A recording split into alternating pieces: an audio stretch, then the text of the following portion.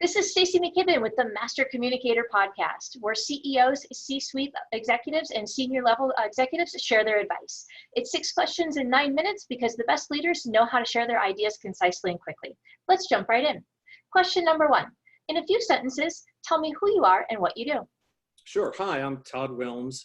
I'm an author of a book called Beyond Product. I'm a former marketer, so I've been a reformed marketer, and now I'm a board advisor, startup advisor, and I work with entrepreneurs and founders to help them be successful and achieve their dreams. Wow, that's amazing. Well, I can't wait to hear leadership from your perspective. I'm always very excited to hear it from the different disciplines that people come at it with. So I'm sure people enjoy kind of the entrepreneurial aspect of thinking about it. Right? Yeah, sure. So question 2, what's the best thing about leading people from your perspective? Yeah, so the thing that I love is it's the best thing and the worst thing. It's the people, right? So when you have this opportunity to meet all of these great people and personalities and to understand why they tick, what they're motivated by, how to get the most out of them, that part's really, really exciting. The challenging ones in retrospect can be exciting as well because you come across a different type of personality, a different type of ego, a different type of motivation, and you have to figure out how to deal with those people as well. So it's a constant learning process. Don't get me wrong, some days are frustrating as all get out, but there's a lot of joy in that as well. Yeah, that whole idea of who do you get to become as a byproduct of the, hard work sort of idea. I often hear from other leaders that business would be great if it weren't for that pesky people part. Tell me more about that from your perspective. Yeah, and we touched on that a little bit here. I hear that a lot, like, oh, things would be really great if I didn't have these 2 people, or this person wasn't weighing me down, or this other team is so difficult to work with, or, the one we hear a lot from marketing is, oh, the engineers are so challenging. and what that tells me is that there's some friction there that needs to be resolved. And that friction is on us to figure out how to tap into whatever the motivations are of those other people.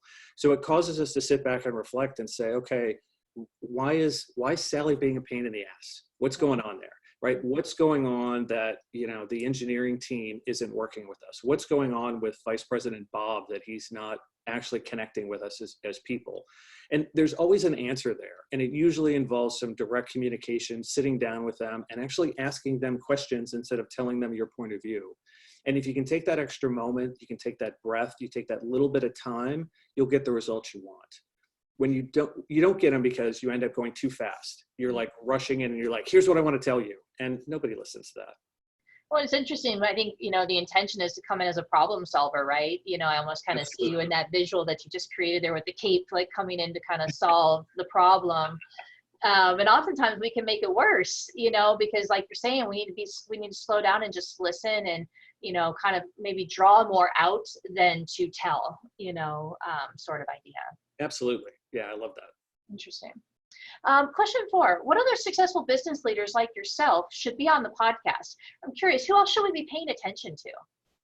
Yeah, so the people that I would tap into, I'd start looking at some of the angel investors, some of the early incubators, those groups in particular. They deal with so many different types of people coming in. On one day, you could be working with somebody who's trying to start an events company, another person who's trying to do something around the Me Too movement, another person that's trying to build a communications infrastructure, and some that are just developing hardware or software because they've got a real passion about it. And we talked about people. They all have this different thing that's their passion, their motivation, and their skills aren't always aligned. So you have this great opportunity to work with someone who has a lot of passion, a lot of energy. Maybe they're not a good go-to-market person, or maybe they're not a good salesperson, or maybe they just can't communicate their vision to people. And working with those people who have to deal with that cacophony of different personality types, they see it all, they do it all. And I think tapping into some of those would be fantastic to get their rich perspective from all these, young buck entrepreneurs. Yeah, and that, and that's interesting as you think about that. If you're, listening to you provide that insight right now, you might reflect, where would I find investors or, that sort of influence in my community. And the cool part is what I found is that there's these incubator groups all across the United States, and there's, all these, like investor and angel investor, tech investor, sort of groups that are out there that, really provide opportunities to go and learn more and understand more from their perspective. And certainly I'll do my best to get some of them here on the show as well. But I think, as you think about how do I average myself up, right, where the average of the 5 people we spend the most time with, I think that's an interesting perspective to look at it through is, can you surround yourself by other people who are constantly evaluating and looking at people and businesses through that lens of how will they perform? Yeah. And one of the things I know about these people is they're constantly getting pinged for money. Everyone's asking them for a handout. Everyone's asking them to come in and make their business successful. If you were to go to them and swim in a different direction and say, I'd love to get your perspective. Can I buy you a cup of coffee or spend a half an hour with you? Or can you come talk to our group about what you're seeing out in the marketplace? And you're really just looking to tap into them and not ask them for something. They'll 9 times out of 10 respond to that because they love that opportunity versus, hey, can you give me $10, right? And that's a different angle, and they'll love that. That's true. You'll stand out from the 9 other people that just approach them. Yeah. That's excellent. Thank you for sharing that insight. What piece of advice about communication would you give to other leaders? Yeah, I was intentional and quick on some of the other answers because I wanted to spend a little more time on this one in particular, because I really believe that leadership is contextual. All of us, when we've gone into roles, have been asked that question, what's your leadership style? And I think that's a bogus question. I think that's a trap, because the way that you would handle a ragtag bunch of people that are being dropped behind enemy lines, that only have a small chance to survive, and only a few of them will make it out. But if they do, you'll give them new identities and a chance to see their families. How you lead that group is radically different than how you lead a well-oiled machine.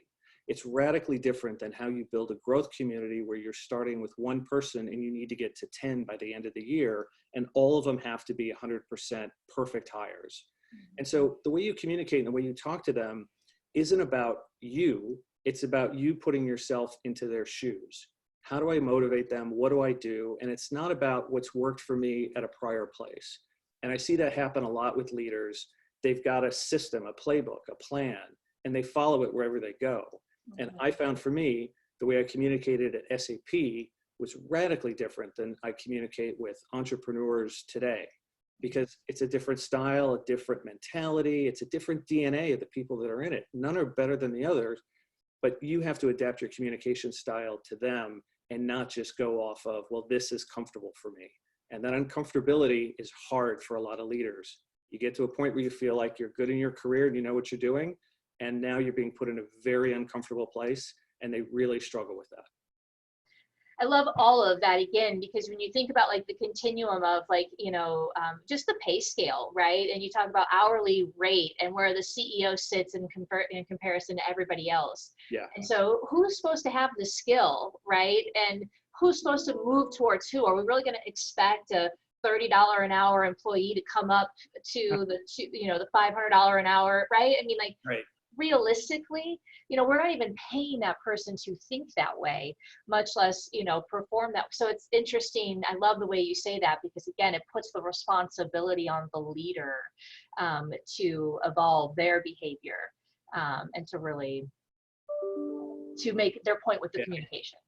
Well, I'll give a quick shout out to one of my former bosses, Jonathan Becker, who's now the president of the San Jose Sharks and NHL team. And his whole philosophy is managed by walking around. He's got a blog about it. He's a phenomenal individual, but his whole approach was don't sit behind a couple of executive assistants in a cordoned off office in the corner, but actually get up and walk around and talk to those $30 an hour people, the people that just came on board, anyone that's in your organization, and get to know them and understand them. It takes a little more time, but it makes you a much more effective leader, and it pays off every single time. Yeah, that's amazing. Well, so I love that. Was that question 6 for me, the answer to your favorite boss or teacher? Well, he's definitely one of my favorite bosses, but I've got a particular favorite teacher that I want to mention because it had such a great impact on me. So 6th grade, Phil Hines, he was a student of history, and he opened up our imaginations and really connected with us as kids And we would talk on any given day about the Beatles, the Reformation, Knights Templar, Stonewall. He came in and played guitar. He taught me to play guitar. And he was just this person that had this really interesting, authentic way of connecting with people, even kids, to try and understand what they were thinking about and what was important to them, and to put it contextually to them. And I think a lot of what I said about contextual leadership really started back then, and how he led people and how he engaged with his kids in the 6th grade. So shout out to Phil. Go Phil. I love that. And again, having a son in 6th grade right now, I love hearing that, because I do see him as incredibly impressionable at this point. So. Yeah. So thank you so much for being on, Todd. I mean, I've learned a ton in this last 10 minutes with you, and I know that anybody who's listening is also grabbing some goodies. How can people find you if they want to learn more or connect further? Sure. So this is the self-serving piece of the interview. You can find me on FoundersPlace.co. That's FoundersPlace.co. That's where I house all of my podcasts from last year, the book, all my information. And then, of course, just a Todd Wilms on LinkedIn. I think I'm the only one, and you'll easily find me there. That's amazing. Well, thank you so much. We really appreciate having you. This is Stacey McKibben with the Master Communicator podcast. For more insights and ideas, please go to www.concilioteam.com. We'll look forward to seeing you again next time.